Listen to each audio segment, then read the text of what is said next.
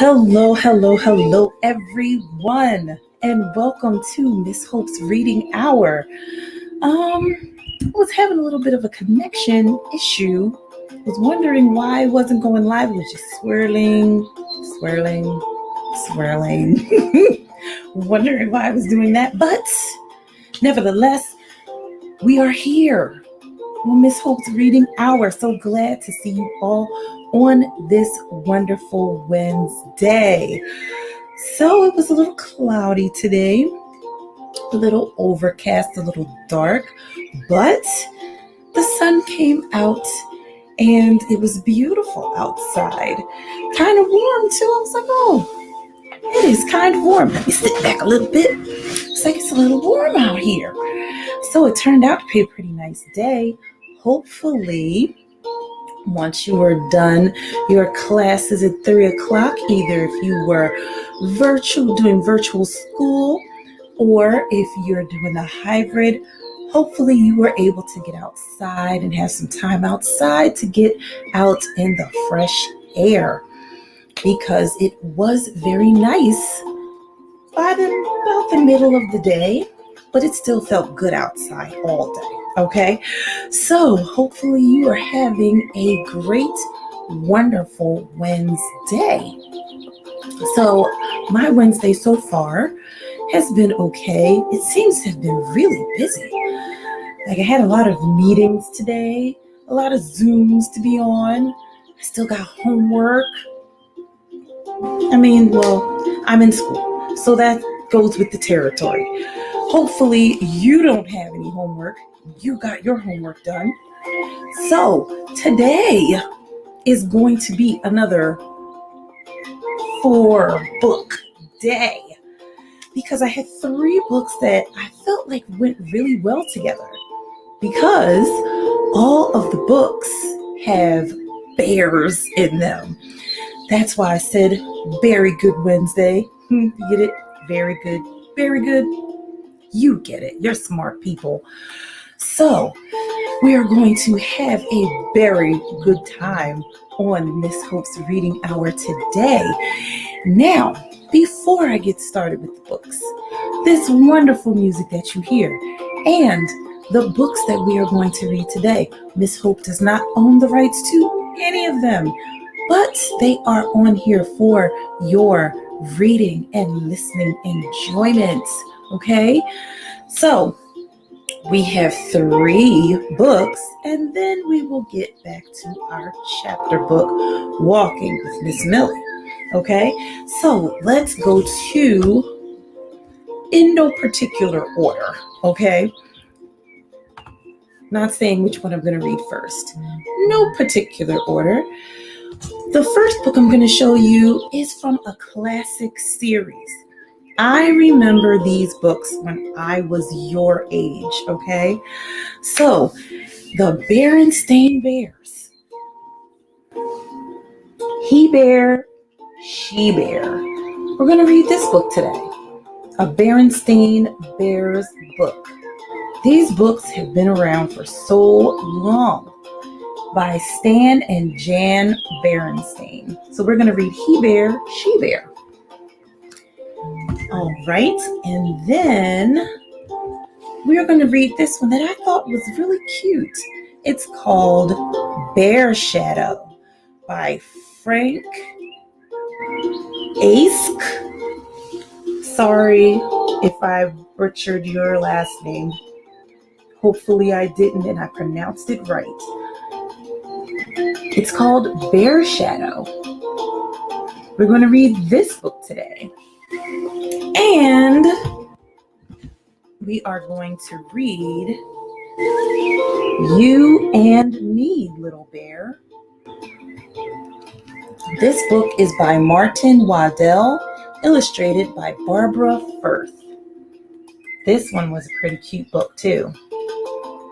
So as you all can see, the little ticker down here, if you want to donate to Miss Hope's Reading Hour Library, we are always looking for more books for the Miss Hope's Reading Hour Library. If you would like to donate, all the information you need is right down here on this ticker. Okay? Now, last but not least, we will continue reading Walking with Miss Millie by Tamara Bundy. We have been finding out a lot of interesting things about Miss Millie. I can't wait to find out some interesting things about Alice and her family. And I just thought of something. We're finding out interesting things about Miss Millie. But Alice's grandmother is about the same age as Miss Millie. What if we find out some interesting information about Alice's grandmother that maybe even her mom didn't know? We got to keep reading it. All right, we got 4 books to get through. Enough with the talking, on with the reading, okay? So our first book,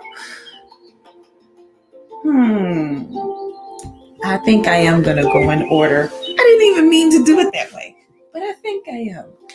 And I think in all of these books about bears, I think there's something that these bears can teach us in all of these books. Let's see what those lessons are, shall we? He Bear, She Bear. Berenstain Bears books by Stan and Jan Berenstain.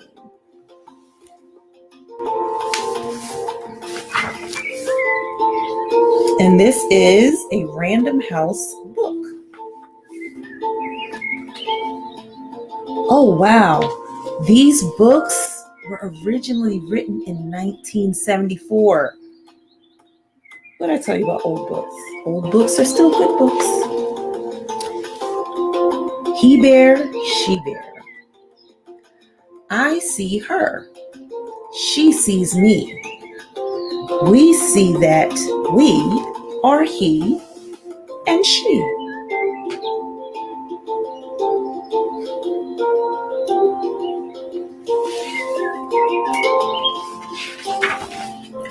Every single bear we see is a he bear or a she. Every single bear we see has lots of things to do and be.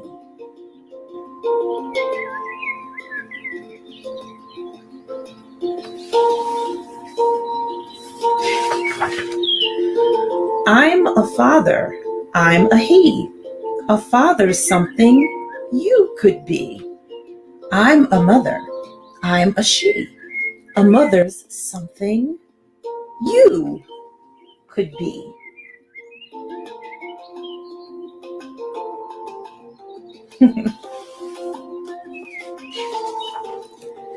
Dad's a he, mom's a she. Those are things that we could be just because we're he or she. But there are other things to be. Come on, he bear, follow me.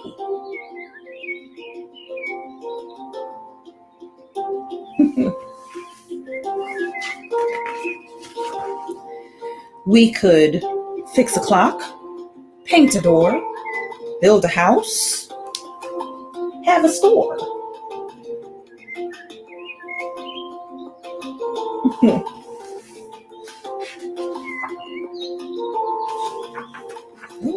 There you go.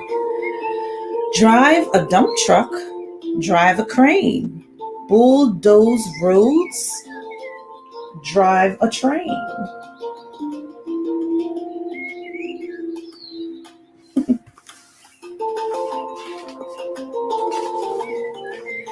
We fix clocks, we paint doors, we build houses, we have stores. We bulldoze roads, we drive cranes, we drive trucks, we drive trains. We can do all these things, you see, whether we are he or she.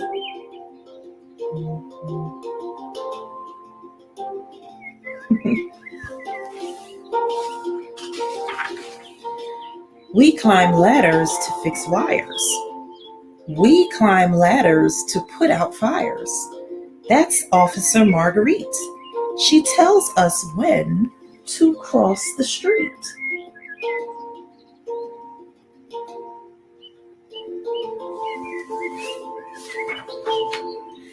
You could be a doctor, make folks well, teach kids how to add and spell, knit socks, knit a sock, sew a dress, paint a picture. Look at that picture. What a mess.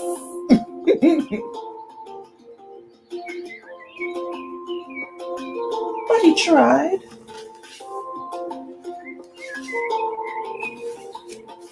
You could lead a band, sing a song, play a tuba, beat a gong, play a banjo, plink a plink. You could even play on a kitchen sink. Well, you could. I don't know how easy that would be to carry around. We have stores, we fix clocks, we are officers, we knit socks, we teach kids how to add and spell, we drive, we build, we make folks well, we climb ladders, we sew dresses, we make music, we make messes. We can do all these things, you see, whether we are he or she.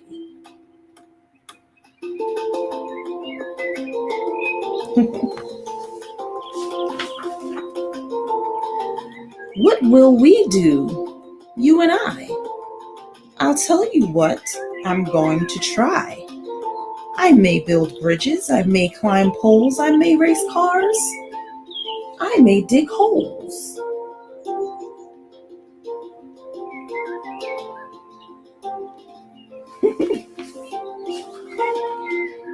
I could be a magician. I could go on TV. I could study the fish who live in the sea.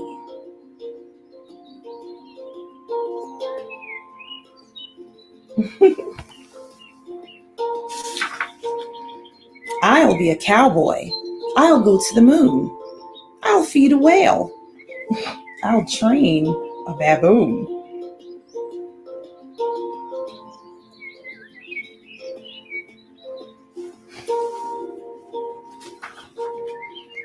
I'll fly a giant jumbo jet. I'll build the tallest building yet. Look at that building. That's pretty tall. I don't know if I'd be on the top of that building, okay? We will jump on a trampoline. We'll do tricks that have never been seen. We'll tame 12 tigers and 26 fleas. We'll do a dance on the flying trapeze.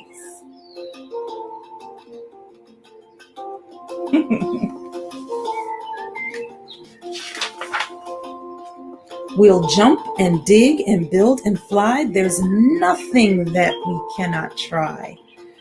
We'll do all these things. We can do all these things, you see, whether we are he or she.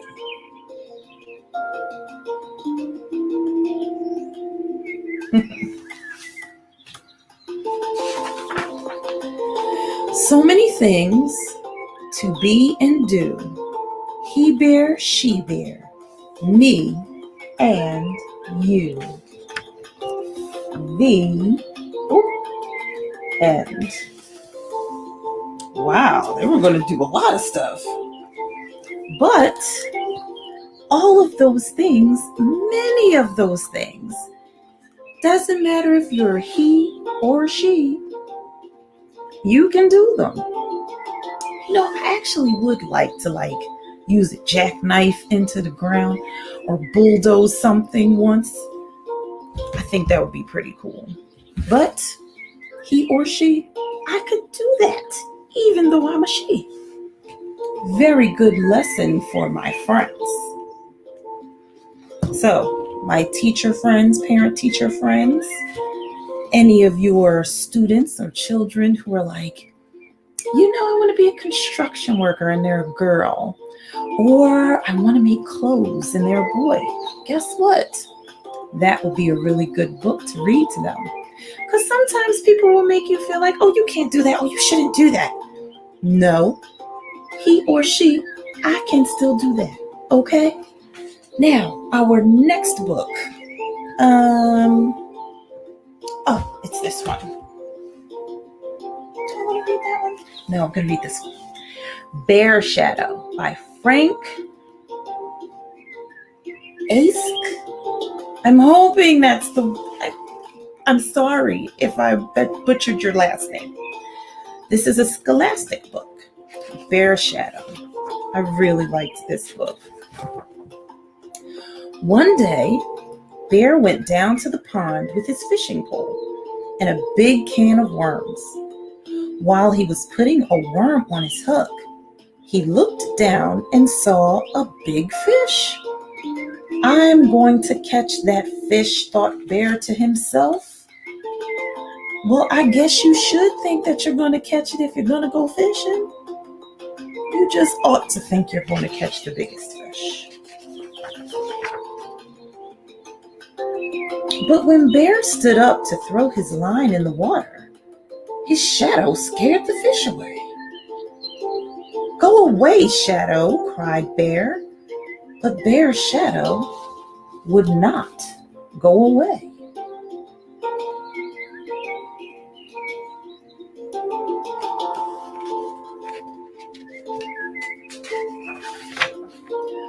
Okay, said Bear, if you won't go on your own, then I'll just have to get rid of you. And he put down his fishing pole and began to run. He ran around the pond. When he got to the other side, he kept on running.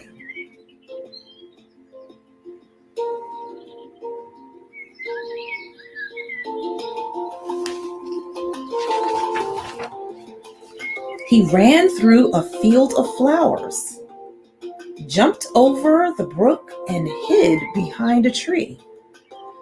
Good, thought Bear. Now Shadow can't find me.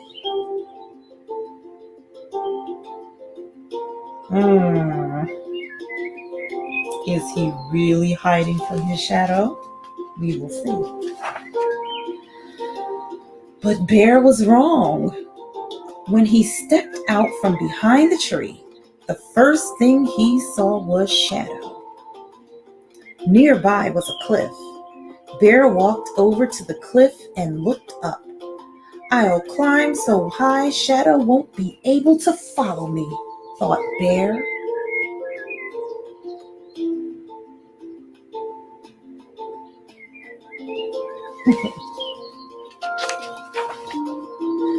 Bear climbed higher and higher until at last he pulled himself up to the top.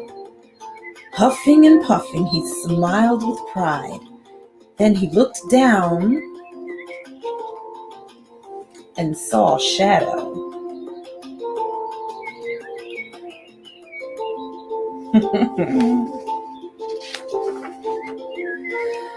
Now Bear was very annoyed. So he went home and got a hammer and some nails to nail his shadow to the ground. He hammered and hammered and hammered, but no matter how many nails he hammered, he couldn't nail his shadow down.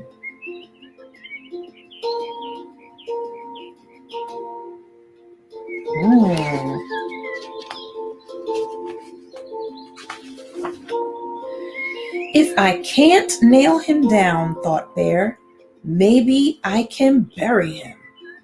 So he got his shovel and dug a hole. When the hole was deep and wide, he let his shadow fall in the hole. But is the shadow going to stay there? Let's see. Come on, page. Then Bear filled in the hole with dirt. When he was finished, it was almost noon. The sun was high in the sky, and Shadow was nowhere to be seen. At last, sighed Bear, no more shadow.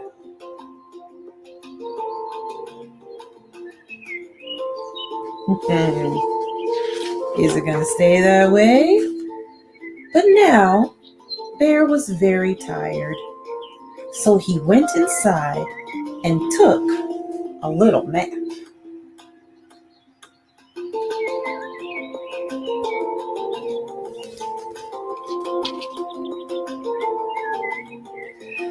While he slept, the time passed, and the sun once again cast shadows everywhere.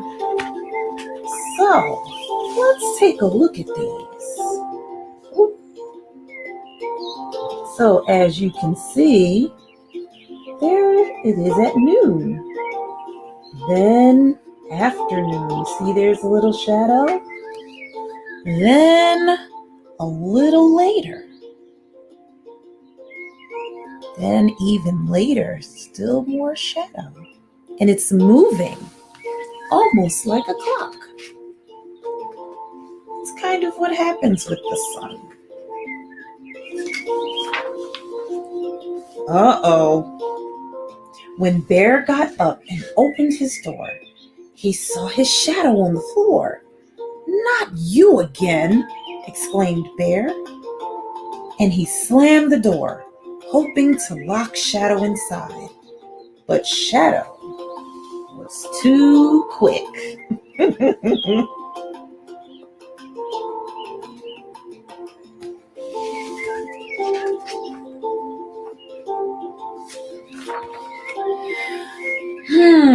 Sighed Bear. "How about this? If you let me catch a fish, I'll let you catch one too. Nod your head nod your head like this if it's a deal." When Bear nodded his head, Shadow nodded too.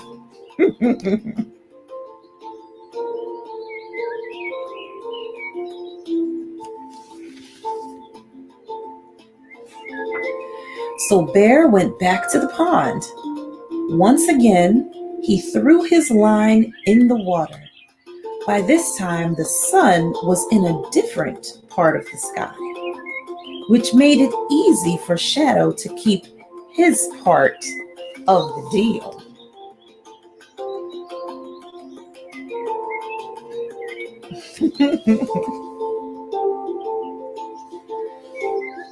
And when Bear caught that big fish, Shadow caught one too. The end. That is funny. It can be like that sometimes, especially when you're a little person. Sometimes our very, very young ones are a little bit scared of their own shadow. My parent friends, my kindergarten teacher friends, and parent-teacher friends, if you have any kids, any students, any children who are a little scared of their shadow, this would be a really good book to get. Shadow. So you see the author's name. I apologize if I butchered it, okay? But this is a scholastic book. Very good book. Also, this book is good for teaching lessons about the sun and how the sun creates shadows and how the shadows can tell you what time of day it is. Did I or did I not tell you that these books about bears will teach very good lessons? This one teaches more than one. I told you. When was this book written? Let me see. I am fascinated to find out. This book was written in 1985 and still with all those good lessons in it. I keep telling you, good books never get old, okay? Now, guess what? We are on book number 3. You and Me, Little Bear. This book is another scholastic book. written by Martin Waddell, illustrated by Barbara Firth. Let's see when this book was written. This book was written in 1996, the year I graduated from high school. You and me, little bear. Once there were two bears, Big Bear and Little Bear. Big Bear is the big bear, and Little Bear is the little bear. Little Bear wanted to play, but Big Bear had things to do.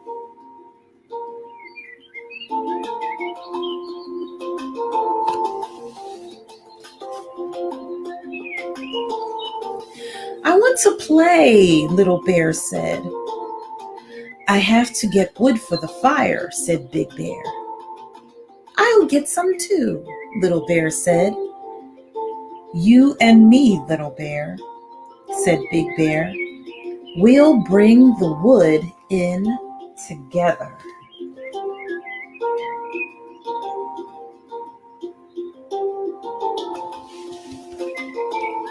Oh, Little Bear looks so cute with the wood. Now we can play, Little Bear said. I still have to clean up our cave, said Big Bear. Well, I'll clean up too, Little Bear said. You and me, said Big Bear. You clean up your things, Little Bear. I'll take care of the rest. And Little Bear had quite a few things to clean up.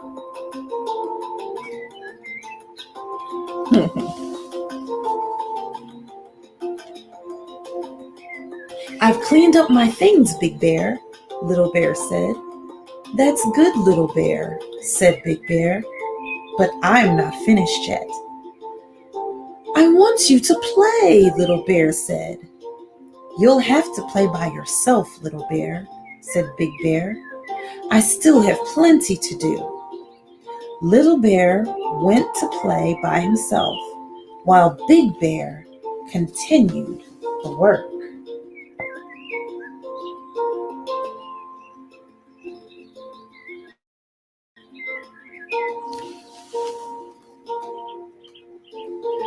Little Bear played bear jump. Little Bear played bear slide. Little Bear played bear swing. Little Bear played bear tricks with bear sticks.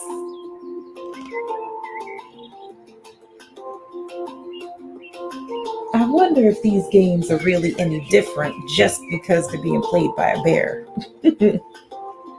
Little Bear played stand on his head.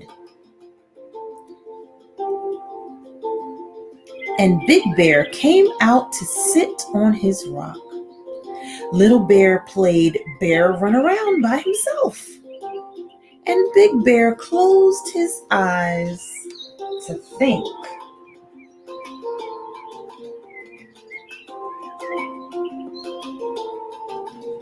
Wonder what he was thinking about. Little Bear went to talk to Big Bear, but Big Bear was... What do you think he was doing when he closed his eyes to think? Big Bear was asleep. I guess so, after all of that work Big Bear's been doing all day. Wake up, Big Bear, Little Bear said. Big Bear opened his eyes. I've played all my games by myself, Little Bear said.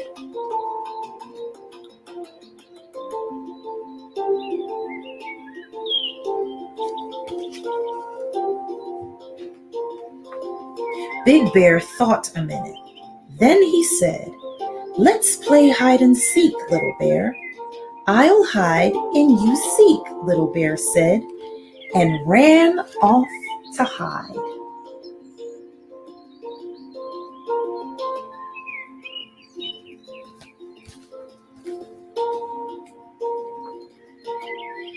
"Here I come," Big Bear called, and he looked until he found Little Bear.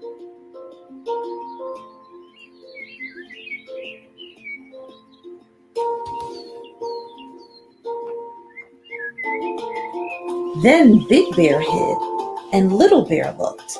"I found you, Big Bear," Little Bear said. "Now I'll hide again."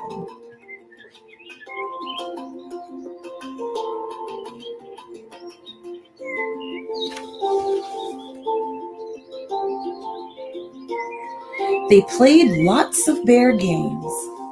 When the sun slipped away through the trees, they were still playing.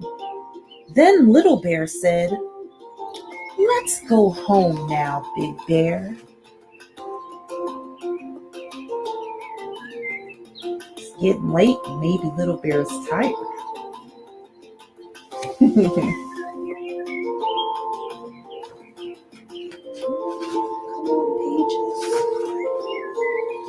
Big Bear and Little Bear went home to their cave. "We've been busy today, Little Bear," said Big Bear. "It was fun, Big Bear," Little Bear said.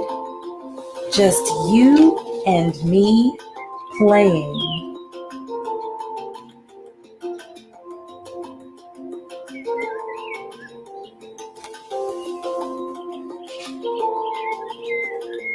Together.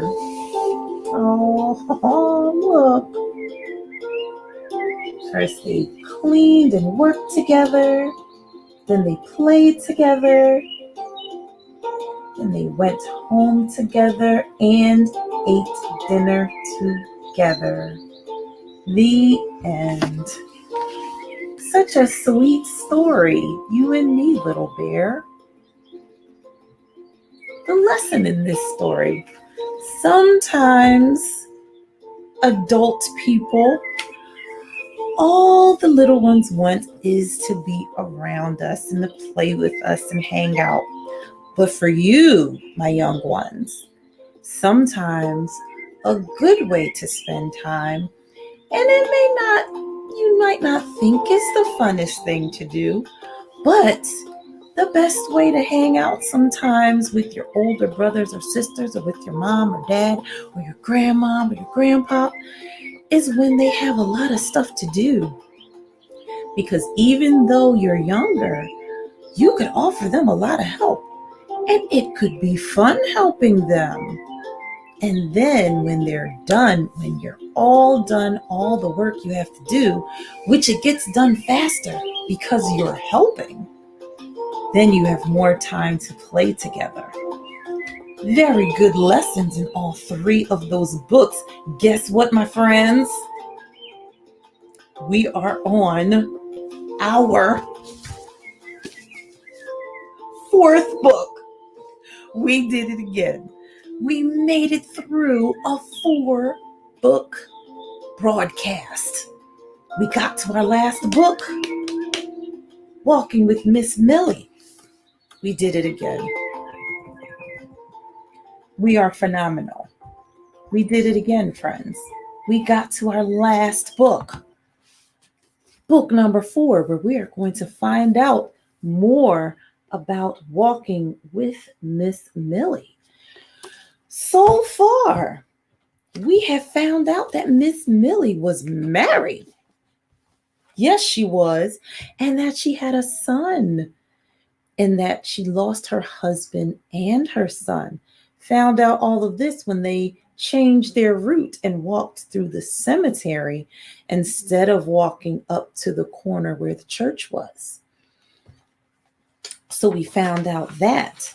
Also, Alice's grandmother, we found out some things about her, that she liked to wear hats, that she thought that, the only way to be the most ladylike is to be wearing a hat. And she saw some pictures of her grandfather holding her mother when she was a baby. And for the first time, Alice's grandmother gave her something. She said it was not usually in her grandmother's character to give away her things. She gave Alice a hat box to put her new treasures that she's getting from Miss Millie into. And the last thing Miss Millie gave her was a picture. She gave Alice a picture of her, her husband, and her son when her son was younger. Alice couldn't even imagine Miss Millie being younger, but in the picture, she was. And Alice is wondering, why is Miss Millie giving me all of these personal treasures of her own? Maybe we will find out some of that as we read. Walking with Miss Millie by Tamara Bundy. We are now on chapter 12. Well, hello again, Savannah. Reverend Hill smiled at me after service on Sunday. Poor Grandma looked confused, like maybe she'd been mistaken about my name for a while, too. I just stood there, wanting to laugh, but feeling guilty. I'm sorry, Mama corrected him. My daughter here is Alice. He looked surprised and shook his head. I'm sorry, Alice. I'm usually good with names. Must have you confused with someone else. Nice to meet you. I shook his hand quickly and turned to Mama. I'll go get Eddie from Sunday school. And then I practically ran down to the basement steps. Eddie was happy to see me. Of course, no one in Sunday school spoke sign language, but they seemed to communicate just fine with him. 5 different people got Eddie's attention before he left and waved goodbye in a dramatic way. Eddie was grinning from ear to ear. All the way home, he kept telling me about it like Rainbow was a good place to be, not some dried up little town. I knew I had to figure out a way to get Daddy to come and take us away before Eddie got too used to everything here. I headed out back right after church to get the shoebox full of Daddy's letters.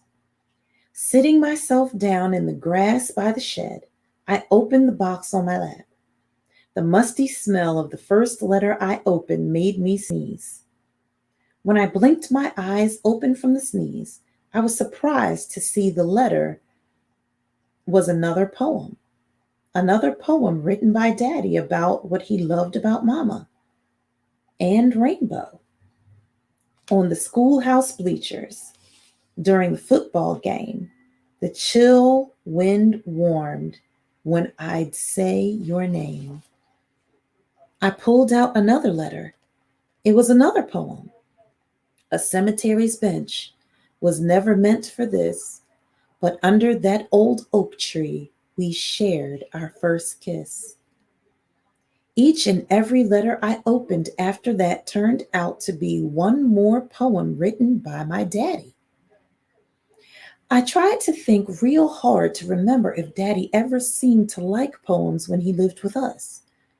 But other than making up silly songs to make me laugh, I couldn't think of anything like poems from Daddy. None of it made one lick of sense to me, especially because those letter poems made it look like Daddy loved Rainbow. And all Daddy ever talked about, as long as I remembered him talking at all, was that he hated Rainbow. I wished I had a way to show him these letters. Maybe if he could read them again, he'd remember he loved Rainbow and Mama and Eddie and me. But if I told him about the letters, I'd have to admit I was snooping, and I knew Mama probably wouldn't like that any more than eavesdropping. So I had to think of some other way to remind Daddy that he really did love Rainbow and us once. That's when it hit me. What if I went to each of the places he wrote about in his letter poems and found things, kind of souvenirs, to remind him about the things he used to like? Then when Daddy came to visit, I'd give them all to him, and he would have to remember he once loved Rainbow. And if he remembered he loved Rainbow, he would start to remember loving the rest of us too.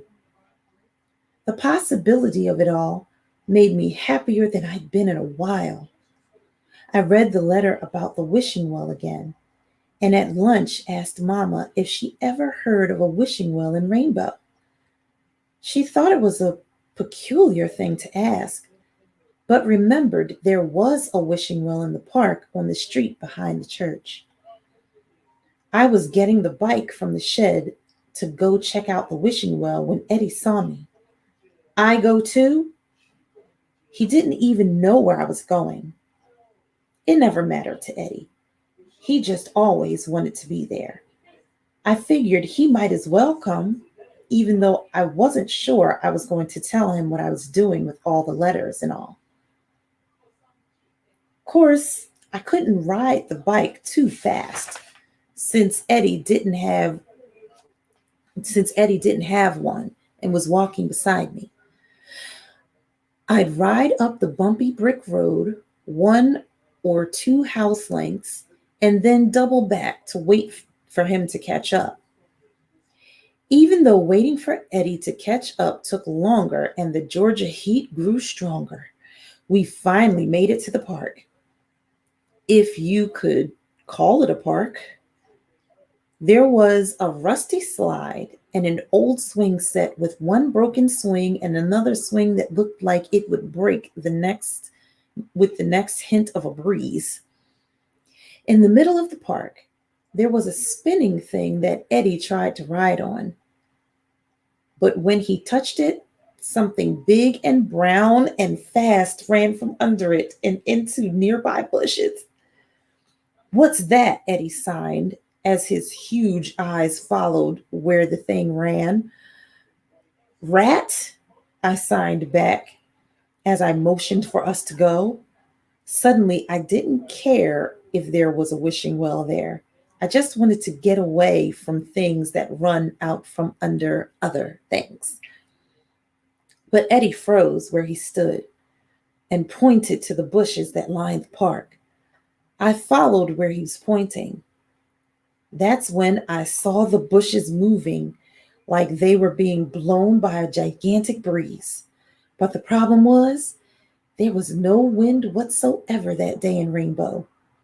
That meant whatever was moving those bushes was even bigger than what ran out from under the spinning thing. Eddie and I stood staring at the bushes like our feet were glued to the hard, dry ground under us. My eyes were dang near as big as Eddie's, and my heart was pounding something fierce. Finally, the rustling stopped when out stepped a giant girl. Okay, she wasn't really a giant girl. As a matter of fact, it was the same short-haired girl I'd been seeing around town, the waver. "Hey," she shouted toward us, like she expected us to be there. And of course she waved. "Y'all seen my kitty?" Eddie laughed so hard at the surprise of the giant rat really being a little girl that he couldn't sign to me what he was trying to sign. "I think your cat was under that spinning thing and just ran off that way," I told the girl. "Here, kitty, kitty, kitty," the girl yelled with a thrill in her voice. "What's your kitty's name?" I asked. She looked at me like I had 3 heads before she answered. "It's Kitty, silly.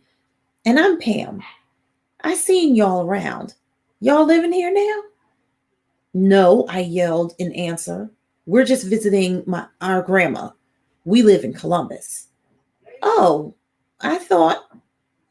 Never mind. As I filled Eddie in on the conversation about the missing kitty, Pam ran over to us. "Oh, what's that y'all's doing there?" "This is my brother, Eddie. He can't hear, so I signed to him." Pam walked up to Eddie and yelled right into his left ear, "Are your ears really broken?" Of course, Eddie felt the breath of her words and flinched. See, he hears okay, Pam announced like she had just healed him. I assured her he really couldn't hear a thing. Why? She asked as she stood in front of Eddie, waving her hand hello, like she couldn't stop even if she wanted to. Eddie looked embarrassed, but waved back. He was born that way. She smiled a sweet smile before yelling at Eddie, I am 8. How old are you?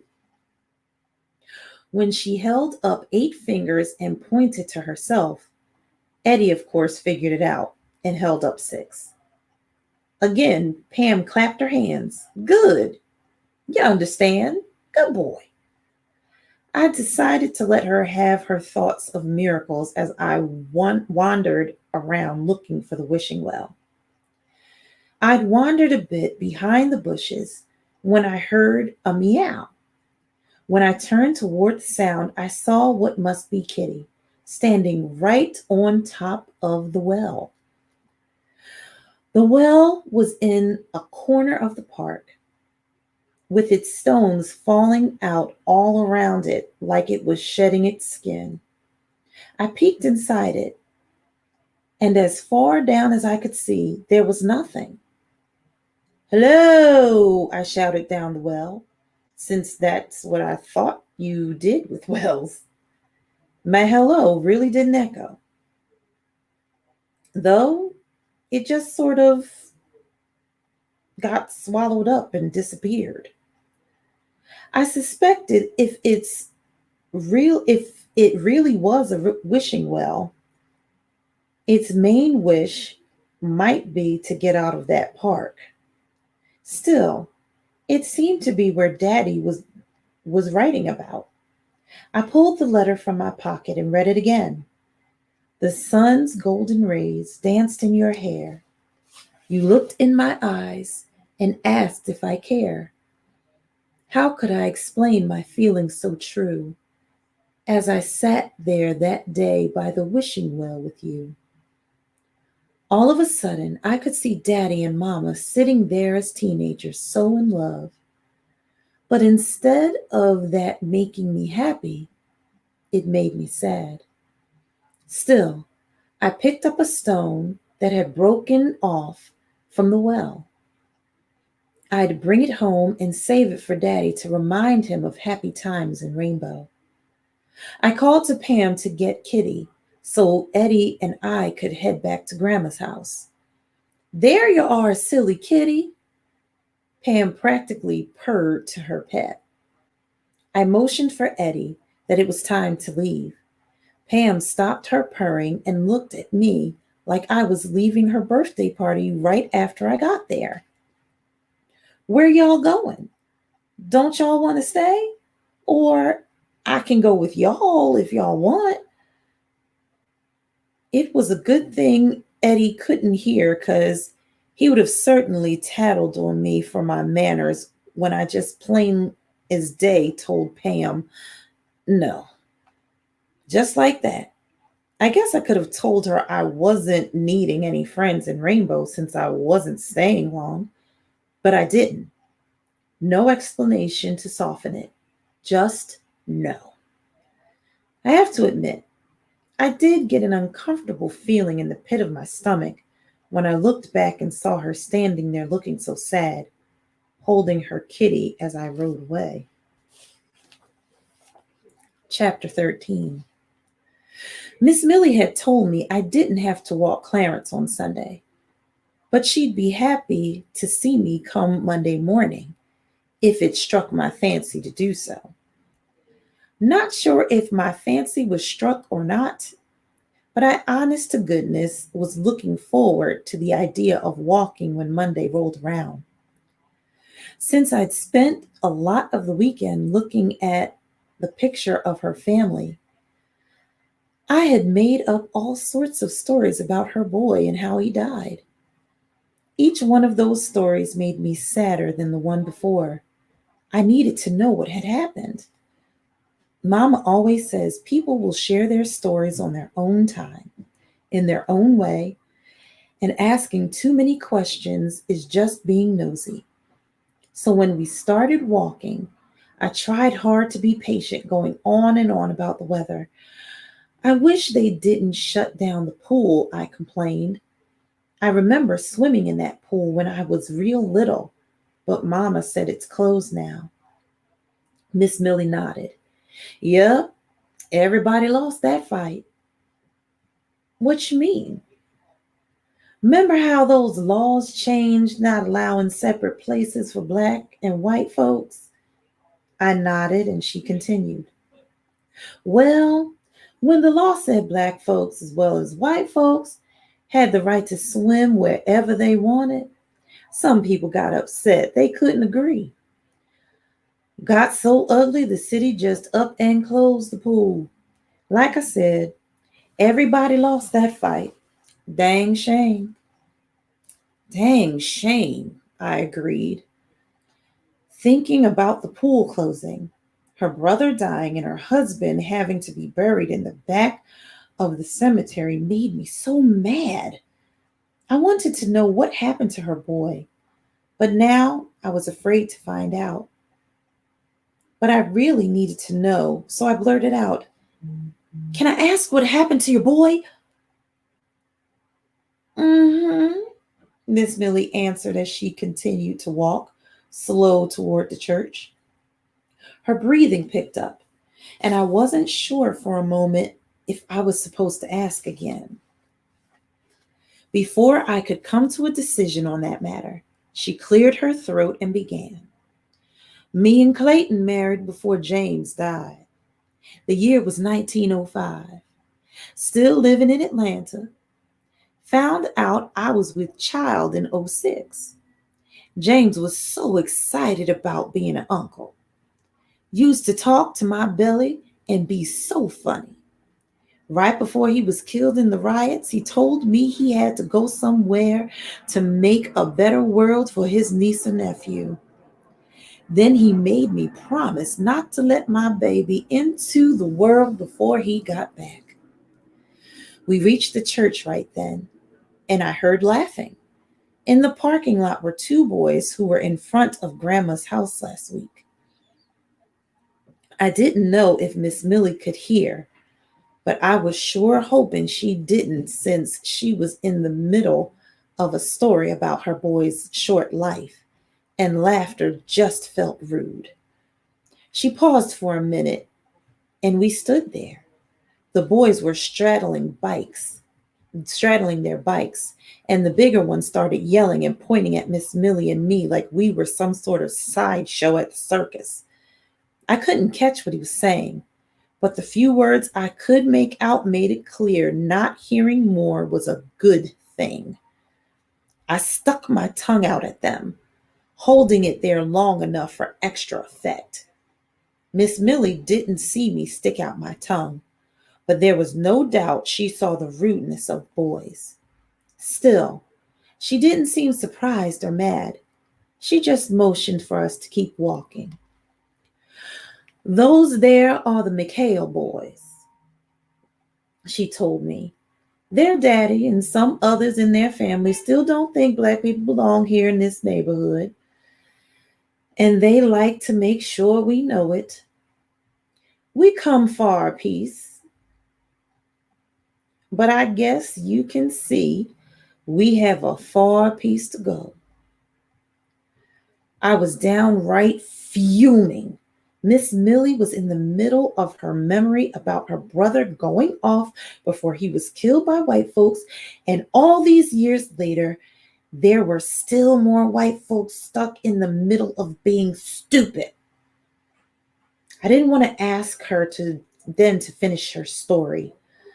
I didn't want her to be remembering more sad stuff, but she could tell I was fuming inside. She walked on, and just as matter of factly as she said the earlier thing about the McHales, she said, You don't have to walk with me anymore. A couple days ago, that would have been great news. I would have run back home, told Mama my job was over, and been glad. But not today. Today, I wasn't just sad at the thought of stopping the walks. I was confused. All these questions stumbled through my mind. Did she not want to walk with me anymore? Was I proving to be nothing more than a painful memory stir upper? I had to ask, do you want to stop these walks? The words spilled out with way more emotion than I'd planned. There was even a dang choke in my voice that made me red from the heat. She made my red from the heat cheeks even redder. Miss Millie smiled.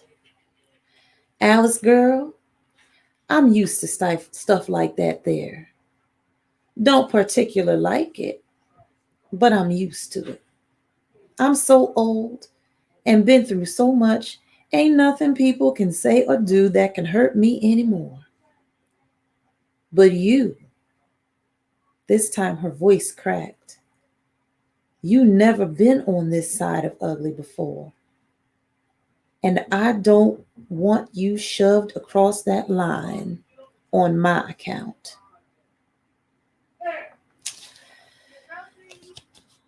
Well, we will end there.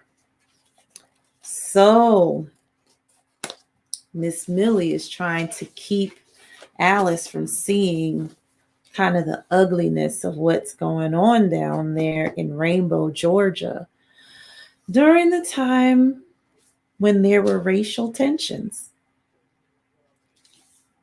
Miss Millie is like, I'm old enough not to have to deal with it, but I don't want you to deal with it. Seems to be so appropriate for the time we're going through now. Now we will have to wait until our fabulous Friday to see if Miss Millie will continue with the walks with Alice. We got a ways to go. Maybe, just maybe, you see that? We got a ways to go. Maybe, just maybe, Miss Millie will just want her to come to her house. Or Alice will convince her, I really do want to still do these walks with you, whether we're walking Clarence or not. So, my friends, we made it through our book broadcast of Miss Hope's Reading Hour. I am always amazed because I'm always looking up at the timer like, are we going to make it? Do I have to get rid of one of the books because I want to get to the chapter book? But we always make it. So, our books for today, You and Me, Little Bear, a scholastic book by Martin Waddell, and Bear Shadow by Frank Ask. Oh, I am so sorry if I butchered your last name. Your book is great. It is also a scholastic book. And our classic book, He Bear, She Bear, of Berenstain Bears book by Stan and Jan Berenstain. Well, my friends, I am so glad that we got through this 4-book broadcast together. It is always my joy and privilege to be able to come and read with you every Monday, Wednesday, and Friday. So have a great rest of your wonderful Wednesday. Hopefully you have a thoughtful Thursday. Oh, no, from our books from Monday, a thankful Thursday, because we were talking about saying thank you, a thankful Thursday. And I will see you right back here on a fabulous Friday, right here on Miss Hope's Reading Hour. Until then, my friends, bye for now.